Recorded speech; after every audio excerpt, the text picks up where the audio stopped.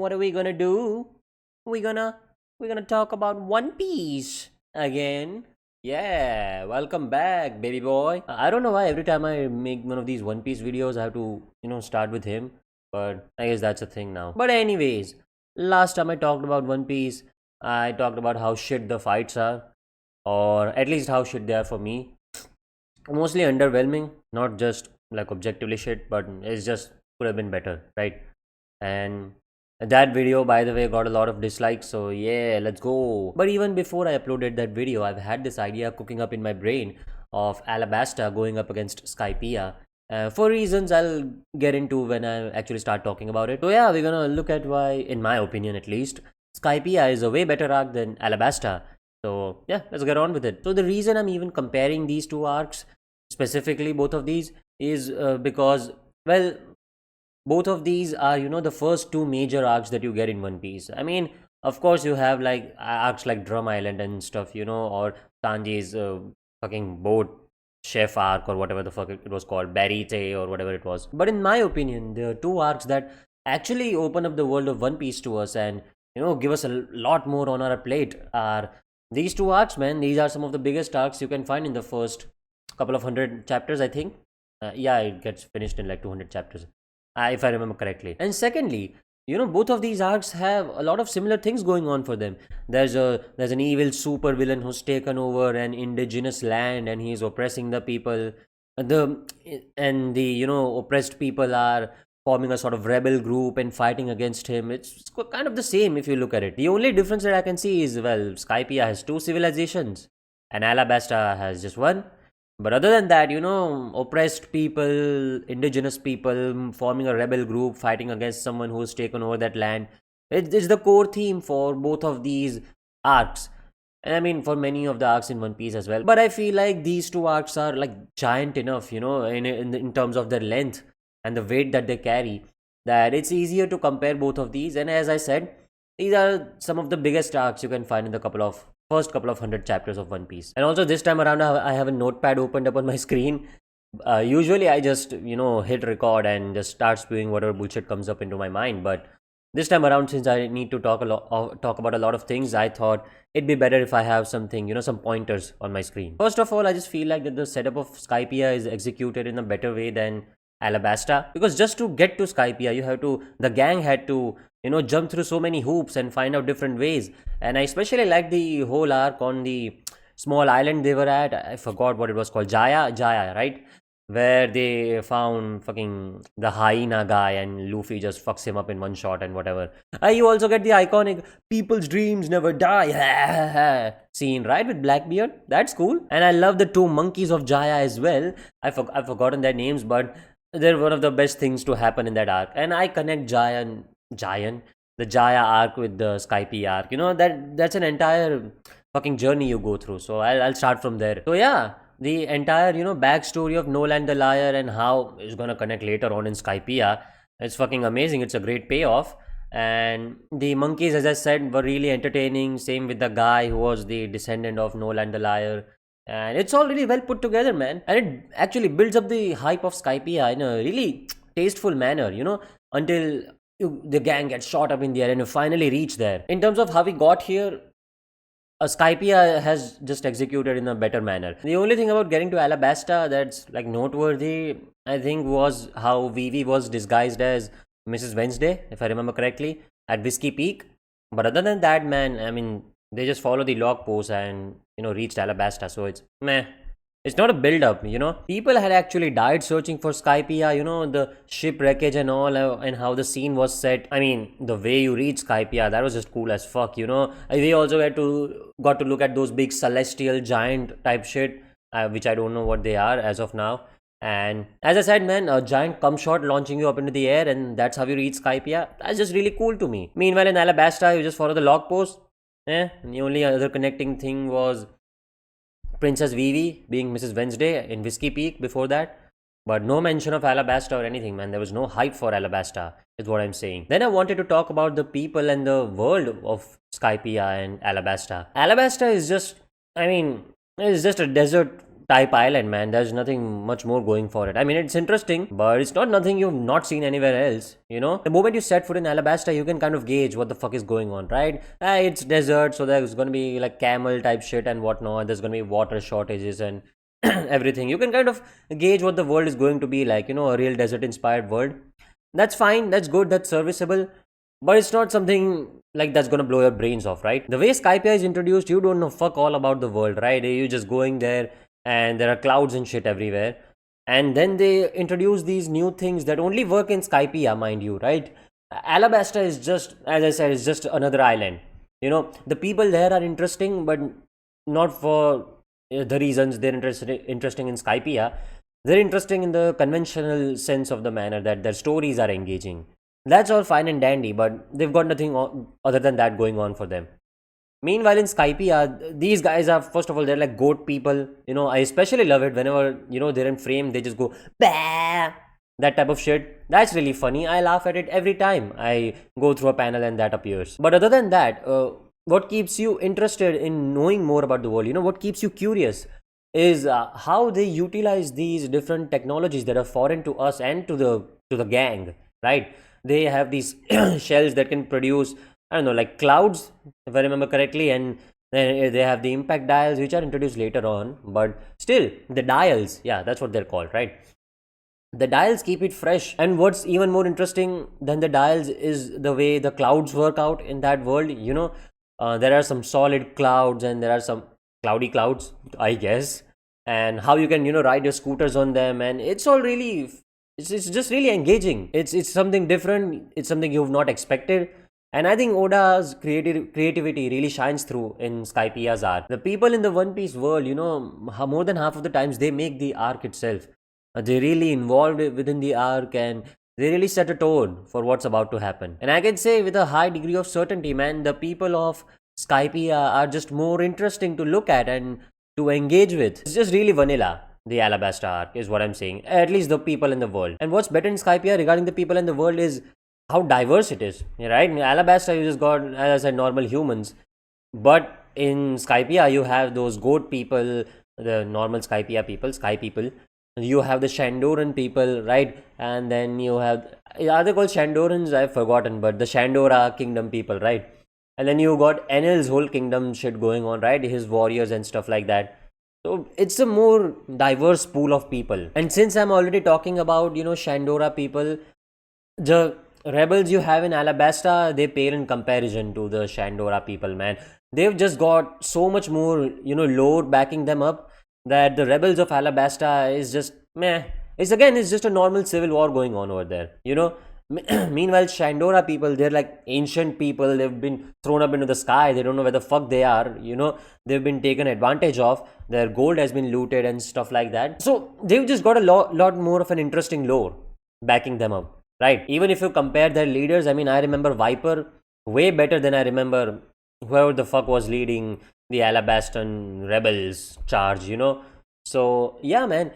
Even over there, I mean, it's just a clear sweep victory for Skypiea. Now, if we get to villains, I know Crocodile has a fucking die-hard fan base. You know, he's just got so much aura in the community, especially when he goes, Mugiwara.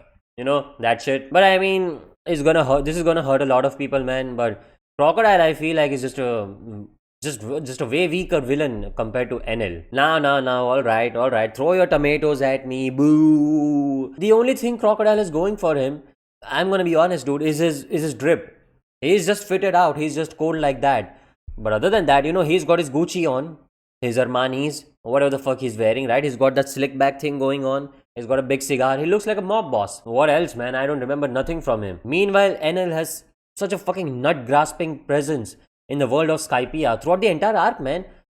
Anytime people talk about Enel or the great Kami, you know, they first of all, man, they address him as God. So that's aura right there. If you wanna, you know, have an aura of, Enel just has more aura because he's just referred to as God. But he's just a fucking menace, dude, throughout that fucking arc. He's moving in diabolical ways. Anytime somebody mentions his name in vain, you know, or just insults him, he fucking rains down thunder on them, dude. That's cold. That's fucking amazing. Meanwhile, Crocodile, he's just like he is like a mob boss, to be honest, right? Like, right? He is in the shadows controlling everything. He's not into, I mean, that goes with every villain, they're not introduced right away.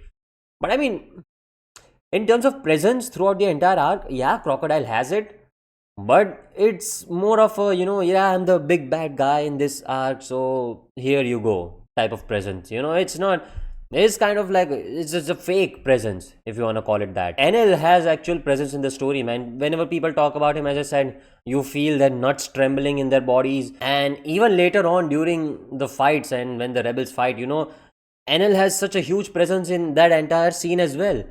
So I don't know, man. I don't know how you can say that this Crocodile is a colder villain. Even in terms of design, like, yeah, sure, as I said, Crocodile is just dripped out. Yeah, that's cool, I guess. But NL's design is just so raw and visceral, man. He's got that thing going on with him, right? The drums. But what makes it better is how they just, fucking go inside his shoulders. It's like connected to his body and shit. It's so visceral and raw.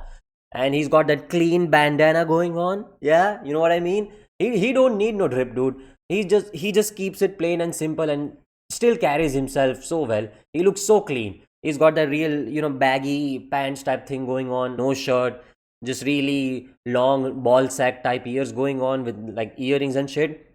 He just looks really casual and cool to me. That looks infinitely better in my terms. It's not in a competition, man. I mean, NL looks cooler, his clothes are way cleaner, and he's not even trying. Crocodiles just start trying too hard to look cool. NL does not need all of that extra shit on him to look cool. He's just got a natural aura just like that. Some people are just born with it, some people try hard with it.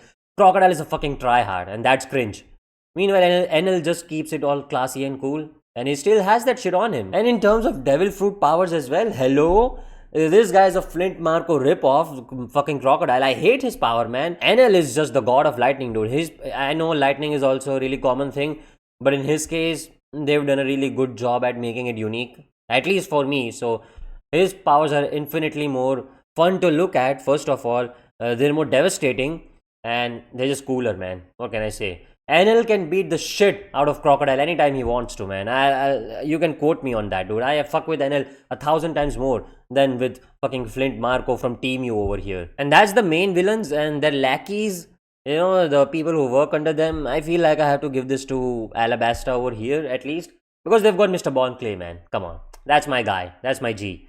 So whenever he is on screen, I have to give it to him, right? There are no interesting lackeys in Skypiea, as far as I remember. The only interesting thing or the interesting person was the string guy, I guess. But he did not have that much of a screen time to, let him show all of his powers and fully expose his nipples or anything. So that's that. But other than that, Alabasta clears. Do you got that finger slicer guy that's really cool? As I said, Bon Clay is really cool as well. Other than that, I don't really remember anything. But still, I'm going to give it to Alabasta. Let him have something. And in terms of the story progression and how impactful it is to the overall One Piece world, I don't think I need to make my case for Skypiea, right? I mean, the story progression already is 100 times better than Alabasta, dude, because you've got so many different things going on over here in Skypiea that are wildly different from each other, but they connect in so beautiful ways, dude. Especially towards during the end, man, when everything starts coming together. It's such a good payoff and such a relief that even Nolan the Liar and the monkeys, that you met in Jai Island, they're getting their payoff now. And especially when the bell rings at the end, dude, oh, I cry whenever I read that panel. It's so good. When the monkeys kind of hear the bell and they're like, yeah, yeah, let's go. I'll say even in Alabasta, dude, like one of my favorite panels of Alabasta, not even one of my favorite. It's when the old guy looks up into the sky and when it's finally raining. He's like, oh yeah, it's finally raining. That's really beautiful as well, man. That made me shed a couple of tears as well. People really like the raising your fist with the X mark as well. That's cool as well, I guess. But for me, it's the old guy. But yeah, coming back to story progression, man, Skypiea just has so much going on for it that you're always engaged in the story. And Alabasta was just like this guy, Crocodile going after this big bad weapon. And that's that. So then there's not really much going on except for just stopping Crocodile and freeing the people, I guess. But Skypiea had, the Shandoran People's Revolution and their backstory going on. They were tying it up with Nolan the Liar and shit. They were also tying it up with what NL wanted to gain. NL had a completely different mission to the rest of the gang. and how he wanted to ascend to godhood and shit. And they were also tying it up with the people of the Sky people and their fucking freedom fight from NL and shit like that. There were a lot of different ingredients being thrown into this witch's cauldron, of Skypiea, but the final brew that you got was fucking delicious as fuck. And a big complaint which people have about Alabasta is, well, naturally Pell. Was it Pell? Yeah, not dying when he carries away that bomb. I mean, doesn't really bother me that much. I'm not here to just say people die and shit, but would have been better. Yeah, as everyone says. I'm not angry that they just didn't fucking blast his ass off into oblivion or anything like that. Didn't banish him to the shadow realm or some shit. But it would have been better to, just have a good send off for a good soldier like Pell. Now coming on to the fights, dude. I mean, I've ranted on One Piece fights for like fucking 18 whole minutes. It's not like I hate them. As I said, it's just something that I feel like could be better. But in terms of comparing Skypiea's fights to Alabasta, it's not close, man. Again, like, Skypiea's fights are just so much more engaging and interesting to me. Alabasta is just, I can't remember not one fight that you get, before the gang fights the lackeys and Crocodile himself. Fuck, I'll get to Crocodile later on. But I mean, of course, Alabasta does not, allow for it. I mean, you could have showed the rebels fighting in more interesting ways, I guess. But other than that, man, in Alabasta, I mean, what are the fights? You've got Mr. Bonclay versus Sanji. That's a good fight. That's a really good fight. I mentioned that in my last video where I said Sanji's fights were goated. This is one of those fights, man. It's just really cool, especially when they make that cross with their legs. That's really nice. Nami's fight, I think, is fine. Usopp, I don't fucking remember what the fuck he does. Zoro's fight, I hate it because I really loved that finger slicer guy. Fucking Team U Wolverine over there. Not Wolverine, Sabretooth. But I mean, as I said, man, I don't want to repeat the same rant again, but Zoro defeats him in an underwhelming way, where he just does his move and he just fucks off. So that fight is meh at best. I would prefer Nami's fight actually, because you get introduced to her weather batons or weather dildos in that fight. And other than that, man, there are no noteworthy fights in that arc. Luffy's fight versus fucking Crocodile, that's a fucking travesty, dude. It's a fucking atrocious fight. Hell nah, man, I hate it. It was such a missed opportunity, man. I wanted to see Luffy do something cool this time around, especially since it was the first time you met someone with a Logia type fruit. You can't really touch them. They're invulnerable to normal attack. So I was really interested in seeing how Luffy would, kind of get around this obstacle that he was facing. But I mean, it was just the normal thing that people do, right? Using water on sand people. So it's just, meh. I don't know, man. I really thought Oda would do something more unique. He would have something like a whole different way to go about it. It's fine. As I said, it's serviceable. And the fight itself, man, I mean, I've talked about Luffy's fights as well. I don't remember not one thing Luffy does in that fight, man. He just keeps on fighting with him, and he's invulnerable to his attacks because he's made of sand. Then Luffy just pours water on him, and then I guess he just 1-2 taps him. Yeah, gives him the old boom, boom, boom. And then he dies, I guess. Nothing interesting, not a good fight, not an interesting to look at fight, at least. And yeah, man, overall, I'll just give it like a 2 out of 10, man. That's harsh. 4 out of 10 at best. It would have been more entertaining if Luffy, just pissed on the guy or shot a huge load on him like he was in a Bukake shoot and then proceeded to slime him out. At least that would have been something, different than what we're used to. That would have been in line with Luffy's character as well. He's really goofy and funny as well. So I'm surprised Luffy just did not give him a fucking golden shower right then and there and then proceeded to knock his bitch ass out. NL is a different case, man. The reason I like NL more is because, well, first of all, he just does not have one fight. When those rebels are fighting the Shandora guys, they're fighting NL's bodyguards. Well, first of all, those guys' fights go fucking hard as fuck. Right? Whenever those Shandora guys are fighting NL's royal guards and shit, those fights are so good, man. There's gonna be another one of those rants, man. Oda can draw fights. You can see it over here. Those fights are so fucking good. The moves are interesting. It actually engages you into the fights. There are a lot of things going on, a lot of different moving parts. And you know what I think that makes it into such good choreographies on manga, at least, is their use of the dials and shit. Because man, Luffy and Zoro and shit like that, they just do whatever the fuck they want from a distance. Meanwhile, over here, these guards, they make smoke trails and they travel on it, they slide on it. And, if the Shandora people, they need to use their impact dials and shit, the fire dials or whatnot, they need to get closer to them. That just makes for more interesting panels, in my opinion. And you can see it for yourself, man. Go read the manga. The fights over there, they go super fucking insane style.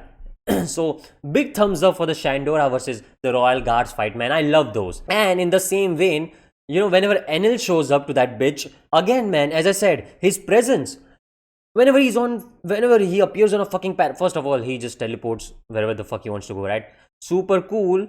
But other than that, the people just shit themselves, man. Whenever Enel appears, he's just like, hey, what's up? Type shit. He's just not taking nothing seriously. He's that type of an fucking rage baiter, right? And people, they either shit themselves or they just panic and they start attacking him, and Enel just fucks them up completely in a second. And that really, builds up Enel's power level for us. That's actually a really good thing, which even I did not think of before making the video. It sets up Enel's power level in such a unique and not unique, I'd say, but in such a more engaging and interesting ways. Whereas Crocodile, dude, people were just glazing him for no reason, right? It's just Crocodile, man. Crocodile's the big shot. Enel actually, strips naked in front of you and shows you his fucking 50,000 tons of tungsten balls. Like, this is what I'm made of, bitch. Come see me. So he actually brings receipts. He actually fucks people up in fights beforehand, before fighting Luffy. So you actually know that he's just made of pure raw fucking testosterone and shit like that. So that's really cool. That's fucking amazing, man. I fuck with it so heavy. If we talk about Luffy's fight, not Luffy's, but the crew's fights with his lackeys, they're really not there, man. I mean, in Alabasta, you actually had some sort of fighting going on, at least with Mr. Bon Clay and whoever the fuck Nami was fighting, and even to an extent Zoro. At least the other guy was trying to fight. I mean, I don't know what the fuck Zoro was doing. But over here, man, it's not much of a fight per se, as it's just, figuring out what the fuck the other guy is doing and how do you curb around it. That can be interesting, it can be made into a really fun thing, and it was to an extent, but usually, man, I was just really bored of it, especially with the fucking ball guy, dude. I was fucking sick and tired of the fucking first ball guy. Like, yeah, dude, I get it, just slime him out, gang. It's already been long enough. Let's move on. Although I would like to point out the strings guy, in Skypiea, that was a really cool part for me. And in that same, area, I especially love it when they get into a three-way deadlock between Viper, Zoro, and the string guy. I've forgotten his name. That was a really cool sequence as well. And especially that gets elevated to a whole different level when the fucking giant snake comes across, he's just there in the background, just changing the entire landscape of the battlefield. And speaking of the snake, man, people really complain that they don't like how Luffy was stuck in the snake for such a long period of time.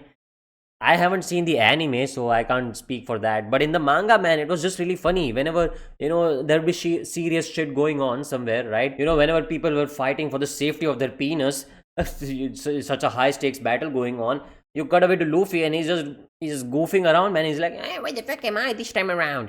And he starts punching the snake and tickling it from inside, and he's just laughing and shit. That was really funny and entertaining, man. But I mean, I can also understand if you don't jive with it all that much. So, not a complaint for me over here. In fact, quite the opposite. I really liked it. And as for Luffy's fight with Enel, I mean, I don't really fuck with Luffy's fight at all, as I've made it clear in my previous video. This time around, it was quite serviceable as well. Way better than Alabasta, at least, if you're comparing it to that. This is just me, having it stand on its own two legs. It was just fine. I really liked the way they wrapped it up, though. It was a really high stakes, fucking fast and furious type. The move they pulled out in the end over there, that was really funky. But before that, the fight itself, as I said, it's a Luffy fight. So, and again, it's one of those things where he's just made of rubber, so he can hit him. So, yeah, Luffy's just a lucky guy, I guess. But, not a complaint. But not something interesting as well. Not something to write home about, is what I'm gonna say. Enel's goals were really interesting. I really liked his ship and stuff, and the whole battle on the ship as well. And I'm gonna give one thing to the whole fight. Enel's attacks were really interesting. How he, had to play drums and shit to amp up his voltages. And especially his attacks where he just spawns lightning from the sky and shit. So that's cool. But other than that, man, as I said, it's just a normal Luffy fight. So, nah, he's just gonna do one of his moves from his arsenal of like 4 attacks. And then, well, if it works, it works. Meh. But as I was talking, dude, the fucking end of that fight, that's really some high stakes shit right there. You know, you got Nami roaming on that fucking scooter, just zooming past Luffy. She just says, Luffy! Or that's how I imagine in my head. She called out to him and he just grabs onto that shit, you know. Nami launches them into the fucking air. Luffy then fucking jumps off that shit and gives NL the good old you know, knuckle duster. That was really cool, you know. As I said, that was some like Dominic Toretto type shit straight out of Fast and Furious. So that's goofy and cool. I really like that. And now I wanted to talk about the lore revelations. Alabasta gives us a first look into the poneglyphs and stuff like that, and also gives us Nico Robin, so we can't forget that. But other than that, there are no big things being uncovered in Alabasta. I don't think it needed to have those things as well. Not every arc needs to have some sort of a, you know, grand revelation behind it and shit like that. But since I'm comparing to Skypiea, man, as I said, you had a first look at, you know, one of the first poneglyphs. That alone right there, it's a big thing. The lore, as I said, about Calgara and Nolan the Liar, their friendship and their story is a big highlight for me. The snake itself is a big highlight for me. Again, you know, how it was a baby and now it's the big snake. And that's just really, again, really heartwarming, really on par with heartwarming One Piece stuff. So that's something you gotta love as well. Oh, and I mean, who can forget, you know, one of the best things ever in One Piece. I'm in Thriller Bark right now, and nothing even comes close to this scene is when Luffy's just singing Mina Mino Hima. I mean, that's just an S tier moment, baby. Skypiea should just win just based off of that song alone. That it has that song in it, that fucking banger, that heater in it. Some other highlights of Skypiea which I'd like to point out, which I really like, are Going Merry Spirit. We get introduced to that, you know, and you get a huge payoff later on in NES lobby for it, right? And they actually set up the thing as well, like about Going Merry not being able to take as much action now, and you know, she's getting weaker and shit like that. So that conflict is set up right over there. You know, you got the spirit being introduced, which later on, as I said, in NES lobby you get the payback for it. Beautiful stuff, man. I really love that part. The Sky Knight dude, that's a highlight as well for me. I just really love whenever that guy is on the screen. You know, some shit's about to get wacky when he gets introduced on the screen. Another highlight is one of my favorite animals ever, the South bird. You know, was it the South bird or the North bird? I forget, but the bird that just keeps pointing to one direction and keeps going, wow! You know, that bird. Come on, man, how can I not love that little goofy guy? And same goes for Alabasta, man. In Alabasta, another highlight for me is the fucking Princess Vivi's, what is it called? Kalu? The bird ostrich type thing she keeps riding around. That guy is really goofy and fun as well. So I really love him. And Princess Vivi as well. You know, she's a really interesting and they are really well put together characters. So there you go. Some highlights in Alabasta right there. Hey, we also get introduced to Ace in Alabasta. So that's another point, I guess. But I mean, man, I can just keep on going listing sort of different small things about each and every of these arcs. I don't even remember half of them. But yeah, this is gonna be the video, man. I have listed out the things which I like about Skypiea and Alabasta, and why I think Skypiea is just a way better arc than fucking Alabasta, and why it's fair to compare them. So let me know in the comments, man, what do you think? You know, which arc is the superior arc for you? What do you like about each arc? And let me know if I'm a big piece of shit, as I said, if you don't agree with my opinions. First of all, if you don't agree, then you are objectively wrong. You know, the only objective opinions on this planet are mine and mine alone. Yep, I guess that's that. I'll see you in the next one. See you.